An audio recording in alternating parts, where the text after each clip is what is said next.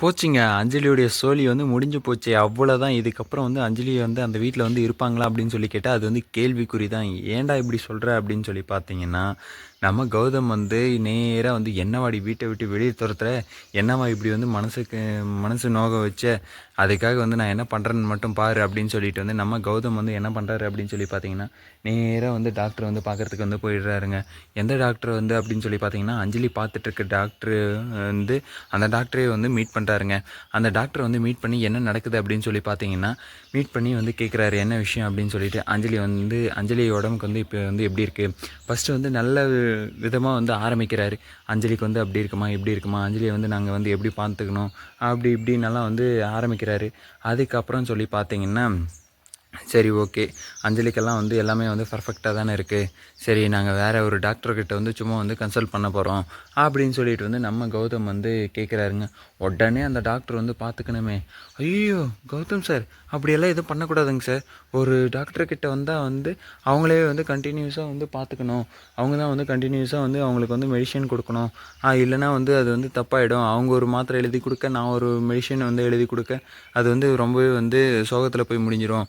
அப்படின்னு சொல்லிட்டு வந்து நம்ம டாக்டர் வந்து கதையாக அளந்து விடுறாங்க. உடனே பார்க்கணுமே நம்ம கௌதம் இருந்துட்டு, அது எப்படிங்க மெடிசன் எல்லாமே ஒன்று தானே, எல்லா டாக்டரும் ஒரே மாதிரி தானே படிச்சிருப்பாங்க அப்படின்னு சொல்லிட்டு வந்து நம்ம கௌதம் வந்து சொல்கிறாரு.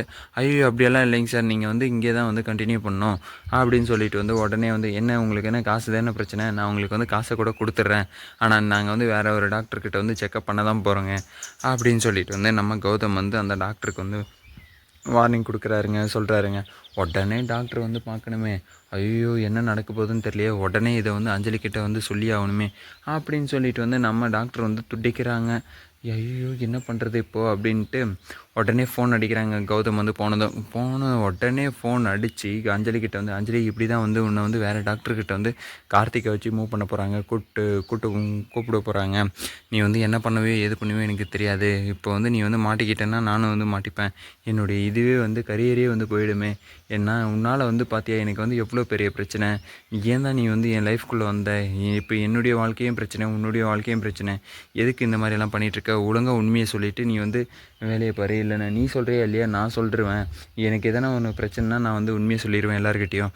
அவள் வந்து ப்ரெக்னெண்ட்டாகவே இல்லை, அவள் வந்து சும்மா வந்து எல்லாருக்கிட்டேயும் வந்து நடிச்சிட்ருக்கா அப்படின்னு சொல்லிட்டு வந்து நானே வந்து உண்மையை சொல்லிடுவேன். நீ சொல்கிறியா இல்லையா இப்போ சொல்லு. எனக்கு வந்து பயமாக இருக்குது. கௌதம் வந்து வந்து பேசிட்டு போனதை பார்த்தாலே எனக்கு வந்து அவன் வந்து எவ்வளோ கொலவெறியில் இருக்கான்.